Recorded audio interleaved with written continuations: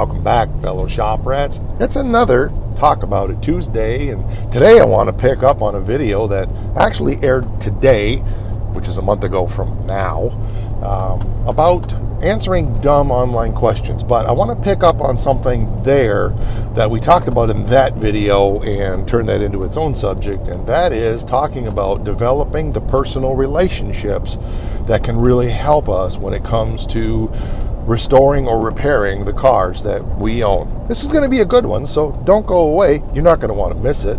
I'm Mike. This is My Cars Shop.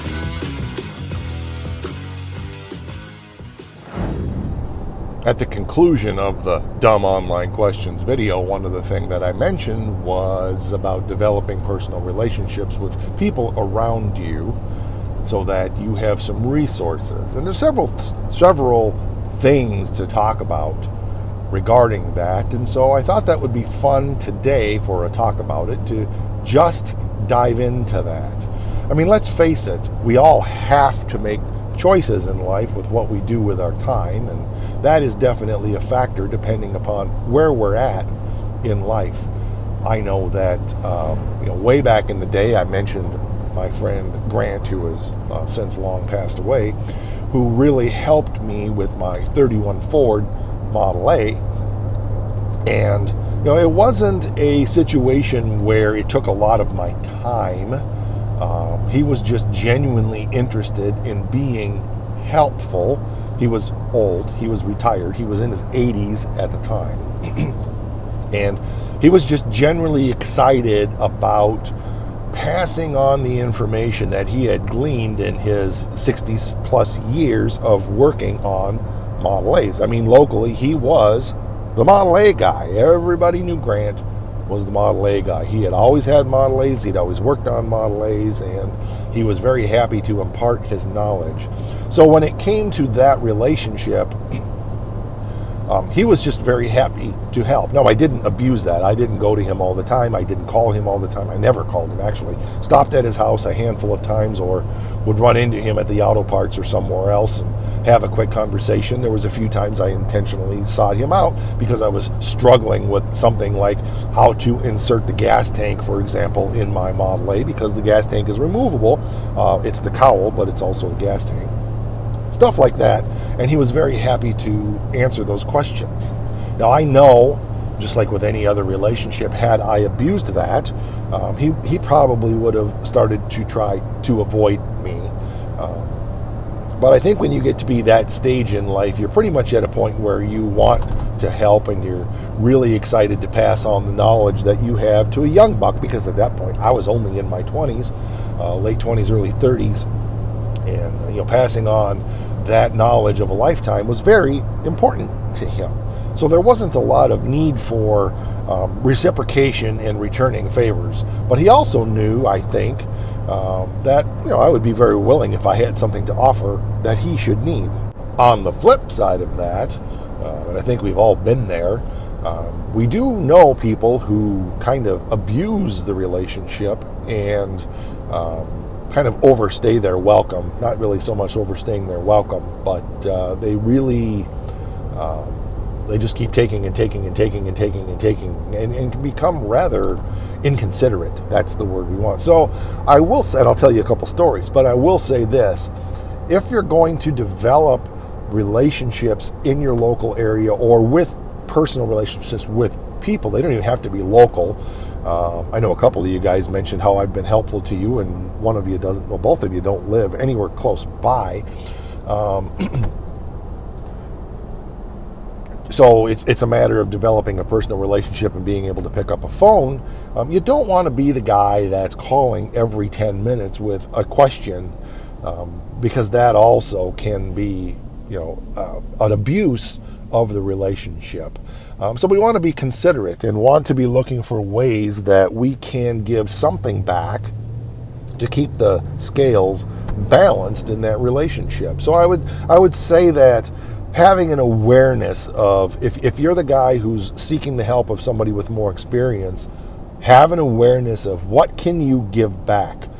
Maybe you don't have some automotive knowledge or skill that you can give back, but maybe you have computer skill, or maybe you have construction ability, or maybe, I don't know, you have to be creative, but find ways to get, maybe you just buy gas cards once in a while and say, hey, I really appreciate all you've done for me. Here's $20, right? I mean, $20 would buy you a half a gallon of gas in today's economy. Way back in the 90s when I still lived in town, well, the relationship actually started because he was a neighbor when I used to live out on the farm, about 30 miles from where we live now, a different farm.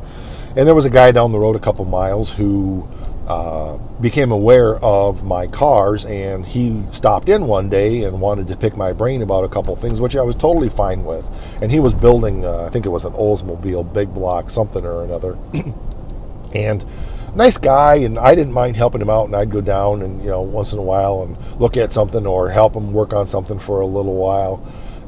And it was fine. But as time went on, the relationship began to become kind of one-sided, and it became more about like calling and calling and calling. And I remember there were times that I had moved at that point, and we stayed in touch. But he would call, and he'd be running his open-header big block Olds in the garage, and like going, brah, brah, brah. Can you hear that? And he's holding the phone out to the car. And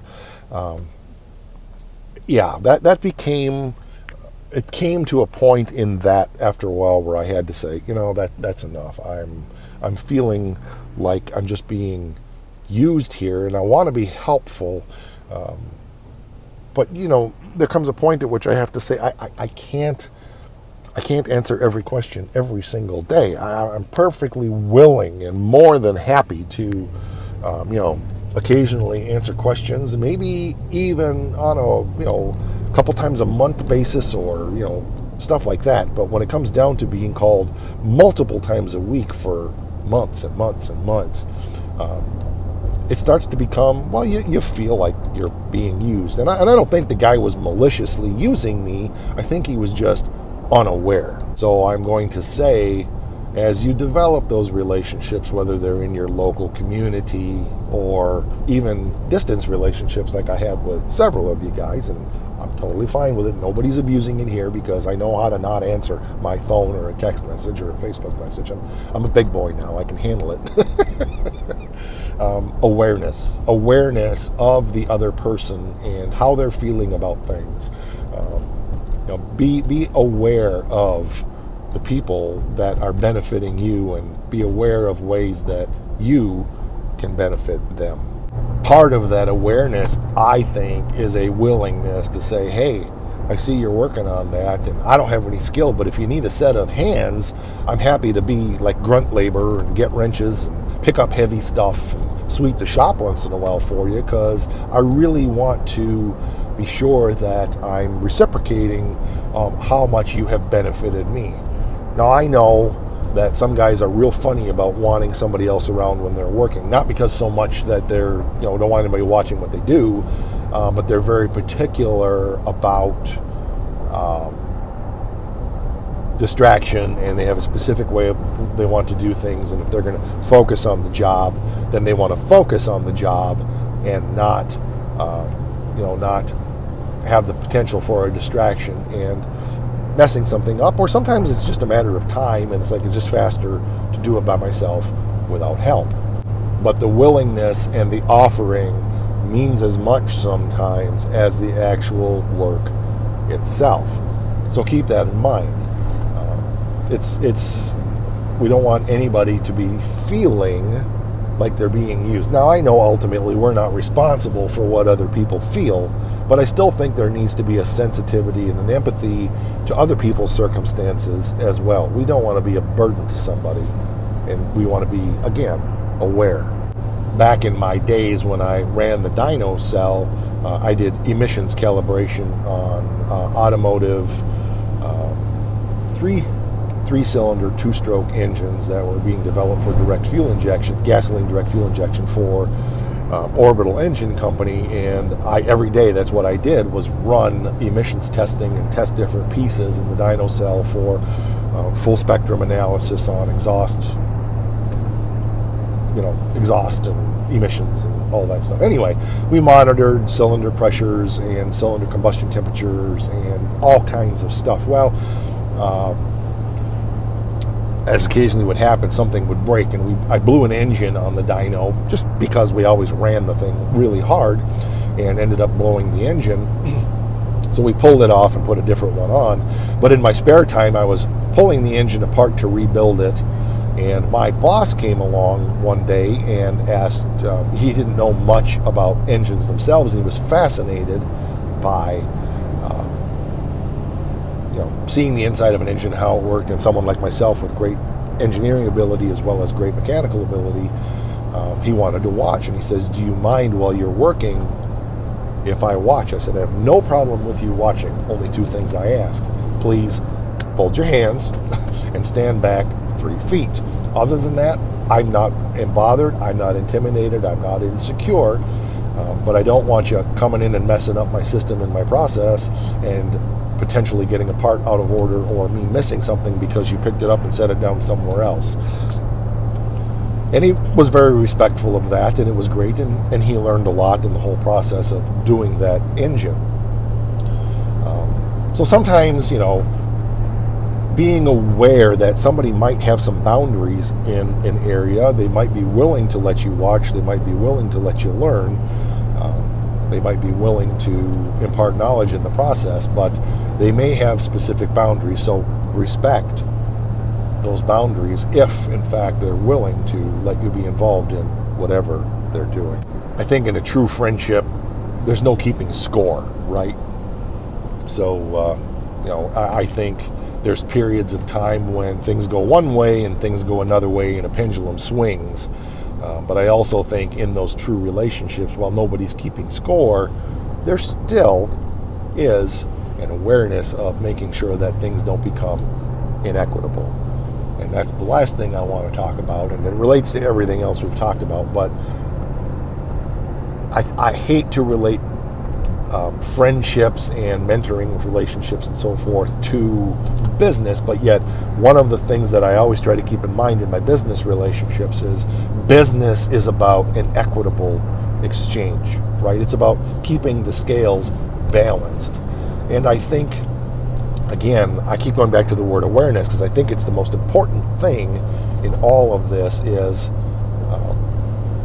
being aware if we are the one who is seeking the guidance and the help and the direction of others, being aware of keeping an equity to that relationship. I think that's important.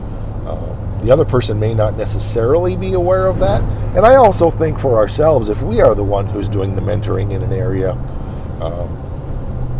not being afraid to say, I'm feeling like things are a little bit lopsided here. Something you could really do that would help me is grab a broom and sweep the shop for an hour. I don't know. Just being aware that maybe sometimes we can keep that, if we're on the mentoring side, we can keep that scale balanced by not being afraid to ask if there's something we can do, or if there's something they can do that would benefit us. Again, sometimes people just aren't aware. But on the receiving side, I think it goes a long way. I know for myself, when I'm mentoring or coaching or answering questions,